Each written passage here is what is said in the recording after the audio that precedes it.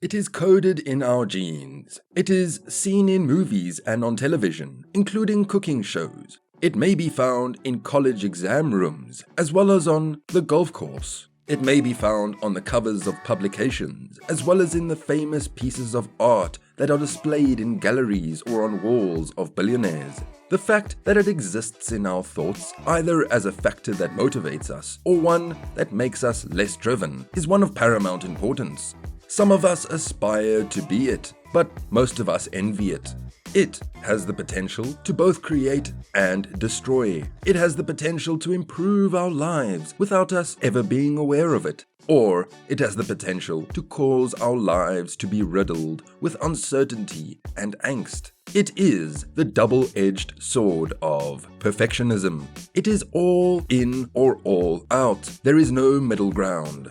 Welcome to Relentless Man. In this video today, we are going to show you how to overcome chronic perfectionism and start living. Hit the subscribe button, the like button, and the notification bell. Please share our channel and look out for our up-and-coming videos.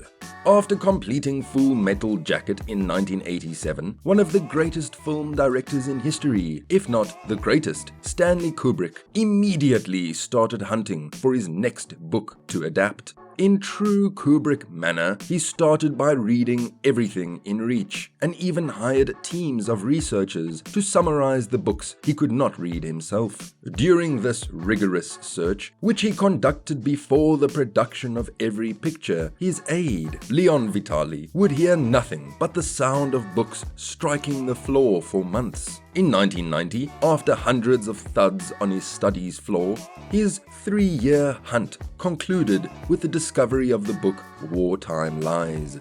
Its subject matter was dark and grave. It was inspired by the tragedies of World War II and the Holocaust in particular. Now came the second phase of Kubrick's research, acquiring as much information as possible regarding World War II and the Holocaust. Kubrick's approach to film research was straightforward. In describing the research he conducted for his film Dr. Strangelove, or How I Learned to Stop Worrying and Love the Bomb, a satirical comedy about the Cold War, he provided the following explanation. I stop reading when I can read new books on the subject and fail to learn anything new.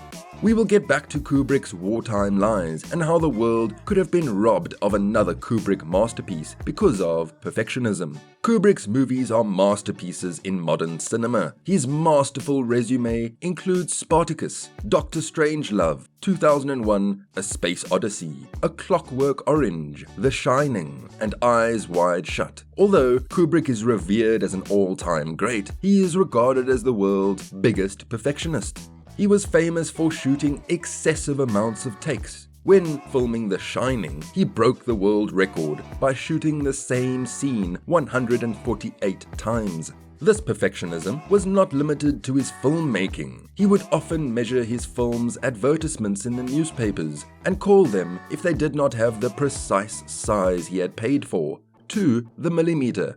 On the set of 2001: A Space Odyssey, he wore the same boots as the astronauts so that the tracks on the moon would be similar. Concerned that his cats were drinking excessively, he contacted a veterinarian who determined the typical volume of a cat's intake in millimeters. His vet did not know. Later, Kubrick called him back with the answer. Not content with the tightness of the lids on the storage boxes he used, he created his own and contacted local box makers with the specifications.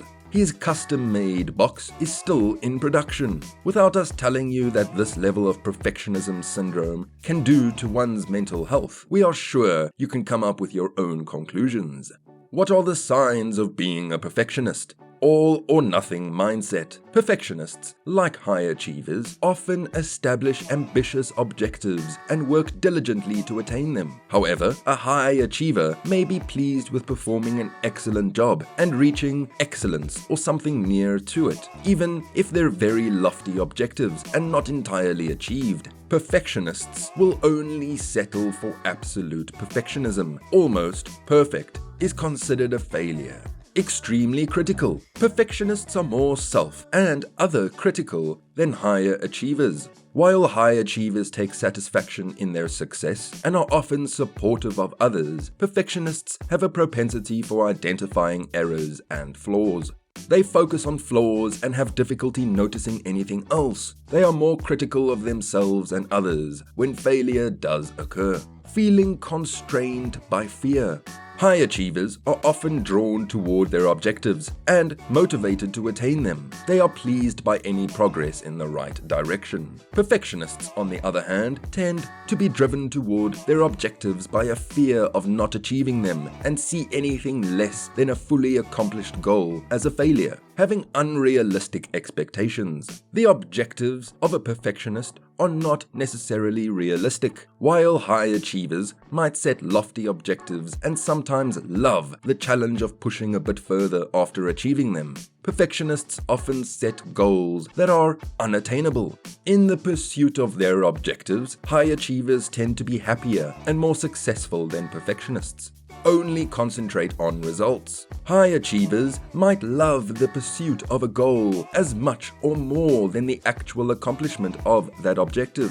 In contrast, perfectionists see nothing but the end objective. They are so preoccupied with achieving the objective and avoiding the feared failure that they are unable to appreciate the process of growth and effort.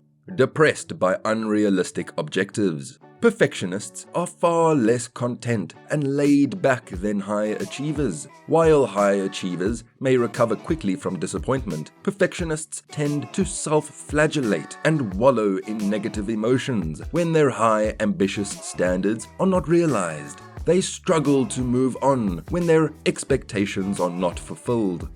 Fear of failure. Perfectionists fear failure far more than higher achievers because they put such a high value on outcomes and are so dissatisfied with anything less than perfectionism. Failure becomes a terrifying possibility, and since anything less than perfect is seen as a failure, it is challenging to begin anything new. Procrastination. Although procrastination may be damaging to productivity, perfectionism and procrastination often coexist. This is because perfectionists, fearing failure as they do, worry so much about doing anything poorly that they get immobilized and accomplish nothing at all. It is possible for procrastination to increase emotions of failure, sustaining a vicious and paralyzing cycle. Defensiveness. Because imperfect performance is so distressing and frightening to perfectionists, they tend to react defensively to constructive criticism. On the other hand, high performers might see criticism as helpful for their future success. Low self-esteem. High achievers often have a high sense of self-worth, whereas perfectionists do not. Perfectionists are often self-critical, miserable, and have poor self-esteem. As a result of their critical nature and rigidity, they might also be lonely and isolated. This might further decrease one's self-esteem. This may have a negative effect on a person's self-image and life satisfaction. Healthy perfectionism may motivate individuals to perform at their best, but excessive perfectionism can lead to stress, worry, poor self-esteem, and other issues that can diminish life satisfaction. Perfectionists are often critical, fear-driven, have high standards, dread failure, and are defensive in response to criticism. If you have perfectionism tendencies, it is imperative that you identify ways to overcome them and become a non-perfectionistic high achiever. Though it may take time and effort, letting go of perfectionism may significantly reduce your everyday stress level. Relentless Man has some strategies to change your perfection mindset for you to implement.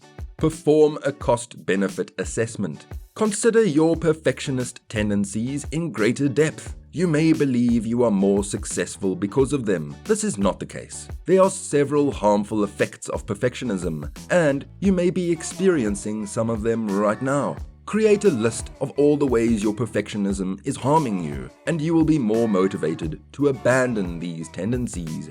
Gain awareness of your tendencies. You may be unaware of how all-encompassing your perfectionism may be. By increasing your awareness of your patterns, you will be better able to modify them. It is a good idea, if possible, to record your perfectionistic impulses as they occur. If it is impractical for you to write down your thoughts as they occur, it is a good idea to review your day each night and write down your thoughts when you felt you had failed or not performed well enough.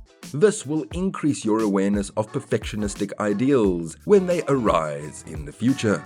Contemplate the positive. If you struggle with perfectionism, you have perfected your ability to see flaws in even the greatest works of others and yourself. You may just seek it out and notice it more than anything else. You may minimize your propensity to focus on the negative by making a concerted effort to recognize the positive aspects of your job and the accomplishments of others. If you dislike anything about yourself or your job, for instance, seek out 5 other traits you like. This will counterbalance your critical mindset and develop a new, beneficial habit.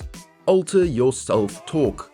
Those who struggle with perfectionism often have a voice in their brain that tells them their work is not good enough. They are not trying hard enough. They are not good enough. You must alter this inner monologue if you want to overcome perfectionism. Negative self-talk can perpetuate unhealthy behaviors and wreak havoc on your self-esteem. By modifying your self-talk, you can go a long way toward enjoying life more and developing a greater appreciation of yourself and your work. Take baby steps. Perfectionists tend to set unreasonable standards of excellence with no learning curve. These objectives are often unachievable and problematic since they are so ruthlessly demanding and provide little space for mistake. Instead, you may significantly minimize stress by altering your objectives. You do not have to forego the result, but if you establish little objectives and reward yourself when you reach them, you will be more tolerant of failures. For instance, you may approach the objective of improving your physical fitness by exercising 5 times a week. Unfortunately, if you are not used to working out so frequently, you may experience pain for such a drastic shift and decide to abandon your efforts. In contrast, if you establish a goal to exercise once or twice per week for the first week and gradually add extra workouts until you have reached your goal, you will be more likely to achieve it and experience many more successes along the way. Enjoy the method. You may be used to concentrating on outcomes and punishing yourself for subpar outcomes. The prior recommendation of setting small stages might assist you in making your endeavors more enjoyable. You may also enjoy the process of achieving a goal by joining a group with the same objective or by keeping a diary of how you feel and what you learn as you work towards your objectives. If you do not accomplish perfection, you may examine the value the achievements you did make while striving for a worthy goal. Focusing more on the process of achieving a goal rather than simply the goal itself is a key aspect in overcoming perfectionism. Learn to deal with criticism. If you tend to see criticism as an assault and respond defensively, a shift in mindset might be beneficial. Your less than perfect performances might be transformed into beneficial stepping stones on the path to perfection by use of constructive criticism. It is okay to remind others and oneself that making errors is an excellent way to learn. Unbeknown to Kubrick, another director was working on a picture with comparable themes to Wartime Lies. Kubrick was devastated. Spielberg researched, directed, edited, and released the film Schindler's List during the last 2 years of Kubrick's pre-production, which concluded in 1993. It went on to win 7 Oscars, including the prized Best Picture and Best Director trophies. Wartime Lies production was instantly cancelled by Kubrick, who had not yet filmed a single scene. He did not produce another picture for another 6 years. The Kubrick lesson. Instead of seeking perfectionism, aim for excellence. Stanley Kubrick was obsessed with achieving perfectionism. His films are unquestionably brilliant, yet he suffered from the typical perfectionist ailments and discontent and time wasting. Meanwhile, Steven Spielberg aimed not for perfect, but for excellence. He was so content to delegate responsibilities, concentrate on the big picture, meet deadlines, and leave the box making to the box makers. the cat slurping to the cats, and the world records to the perfectionists. Thank you for watching Relentless Man. Hit the subscribe button, the like button, and the notification bell. Please share our channel and look out for our up and coming videos. Until next time.